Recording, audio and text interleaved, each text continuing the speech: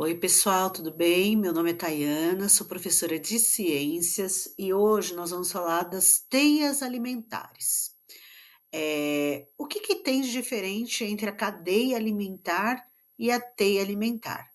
A cadeia alimentar geralmente ela é mais curta e tende a ser um pouco mais linear, né?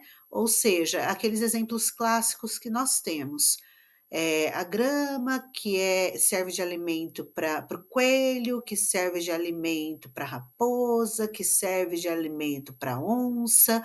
Então, isso nós estamos falando de uma cadeia alimentar. As teias alimentares, elas são mais longas e é como se dentro da dieta alimentar do animal, ele tem mais opções, né? Ou seja, dentro da dieta alimentar de uma onça, ela pode se alimentar tanto da raposa, quanto ela pode se alimentar do coelho também, como ela pode se alimentar de uma ave. Então, na teia alimentar, nós temos uma complexidade maior em relação ao que esses animais consomem. As teias alimentares apresentam as relações alimentares existentes entre os diferentes seres vivos que compõem o ecossistema. Então, nós temos aqui uma teia alimentar, né? É lógico, gente, que dentro dessa teia alimentar, nós temos quem está lá no finalzinho, né? Que antigamente a gente falava, ai, tá no topo da cadeia alimentar, aquele animal mais forte, aquele animal que tem um instinto maior de caça, né?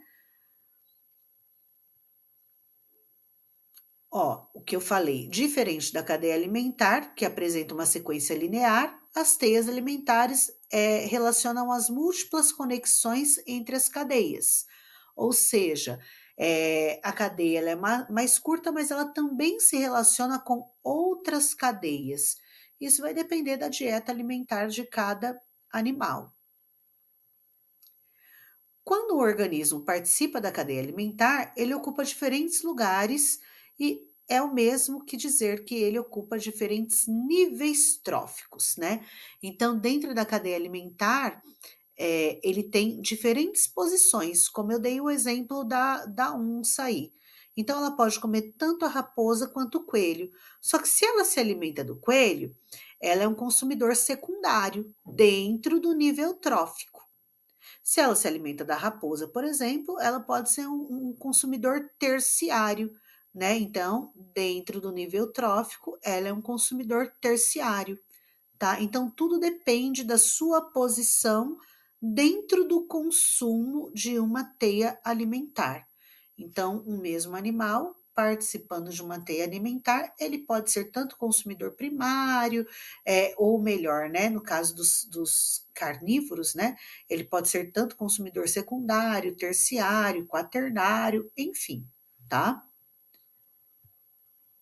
Lembrando que a gente tem sempre como consumidor primário um herbívoro. Por isso que eu dei o exemplo do coelho que se alimenta da grama, tá? Ou da zebra que se alimenta da grama. Então, os herbívoros, eles fazem parte do o papel deles ali, o lugar deles ali é como consumidor primário. Agora, depois do herbívoro, nós temos o consumidor secundário, que é aquele que se alimenta do herbívoro. E depois o terciário, quaternário e assim por diante, que são os animais que se alimentam necessariamente de outros animais. Então, aqui nós temos um exemplo, como eu falei para vocês, de uma cadeia alimentar. Ó, como ela é curta, né? E se a gente esticasse isso aqui, a gente teria uma linearidade, tá?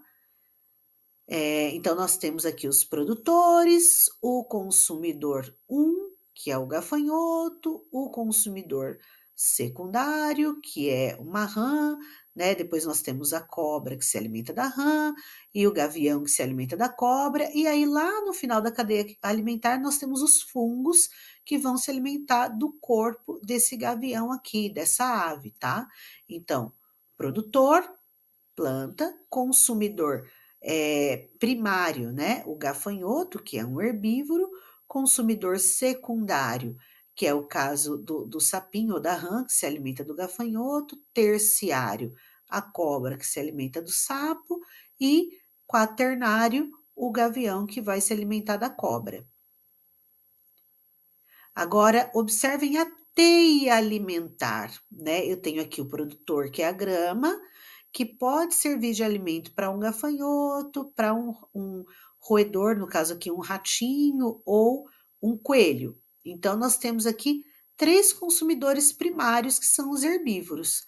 Mas o gafanhoto, ele também pode ser consumido por um sapo ou por um pássaro, tá?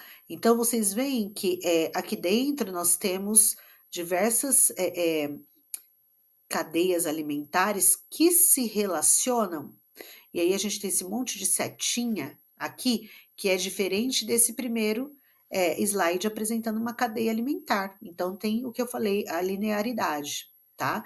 Aqui a gente tem a relação de diversas cadeias alimentares, o que vai formar a rede, né? Ou a teia alimentar. Quando a gente fala de nível trófico, gente, qual é a posição desse consumidor dentro do ecossistema, tá? Então, eu tenho aqui, ó, a planta, né? Ela produz o próprio alimento através da fotossíntese, então ela é a produtora, tá? Aqui eu tenho o gafanhoto, né? Nível trófico 2, ó, planta nível trófico 1, produtora, gafanhoto nível trófico 2. Qual é a posição dele dentro da cadeia ou da teia alimentar, tá? Então, eu tenho o gafanhoto, nível trófico 2, consumidor primário. Depois eu tenho o sapo, consumidor secundário, mas nível trófico 3. Então, observem isso, tá? O nível trófico quer dizer qual é a posição dentro da cadeia alimentar. Então, produtor, sempre posição 1, tá? Consumidor terciário, mas posição 4, dentro, ou seja, nível trófico 4, tá? Consumidor quaternário, nível trófico 5, e assim sucessivamente até o final da cadeia alimentar ou da teia alimentar, certo? Então, nível trófico é a posição, tá? Qual é o lugar que esse ser vivo ocupa dentro da teia ou dentro da cadeia alimentar. O nível trófico, ele vai falar sobre o fluxo de energia, ou seja, né, para onde está indo essa energia dentro do processo de consumo. Então, vamos entender um pouquinho do fluxo de energia. A energia que sustenta todos os seres vivos vem do Sol. Por quê? Porque ela é consumida pelos produtores. Então, ó, as plantas usam essa energia para produzir o próprio alimento e os animais se alimentam das plantas e de outros animais. Então, essa energia ela vai sendo processada e passada adiante, tá? Mas quando um ser vivo se alimenta, ele não aproveita 100% da energia, toda a energia. Por quê? Porque nós gastamos ela para manter a temperatura do corpo, para a gente respirar, para excretar. Todo o processo químico exige gasto de energia, tá? Então, ó, grande parte é usada para viver, como respirar, se mexer, reproduzir. Outra parte é perdida nas fezes e na urina. Por isso, apenas uma pequena parte da energia, cerca de 10%, passa de um ser vivo para outro dentro da cadeia alimentar. Isso faz com que a energia vá diminuindo a cada passo, e por isso as cadeias alimentares geralmente têm no máximo 5 níveis tróficos. Então, isso não é uma regra, por isso que está falando que geralmente. Então, geralmente, dentro de uma cadeia alimentar ou uma teia alimentar, existe 5 níveis tróficos. O primeiro é a planta e o último nível trófico vai ser ali, pode ser um decompositor, por exemplo, ou um consumidor quaternário, enfim, tá? Então, nós temos aqui, ó, mais uma vez, o fluxo de energia. Eu coloquei umas setinhas aqui para vocês entenderem que o percentual, né, da energia de aproveitamento, certo? Ele vai sendo perdido conforme vai avançando dentro dos níveis tróficos. Certinho, gente? Então, a gente tem aqui nível trófico 1 planta, 2 gafanhoto, 3 sapo, 4 cobra e 5 o gavião. Posição dentro da cadeia alimentar, né? Produtor, consumidor primário, secundário, terciário e quaternário. E o fluxo de energia que vai diminuindo de um consumidor para outro, tá? Então, espero que vocês tenham compreendido a diferença entre cadeia e teia alimentar, a diferença entre nível trófico e o que o ser vivo é dentro da teia ou da cadeia alimentar, se ele é produtor, consumidor ou decompositor, tá?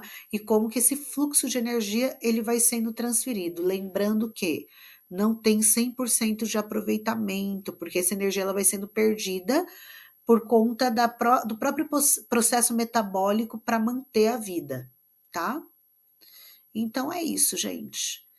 Revejam os slides, as explicações, estudem, aproveite, exercitem, tá?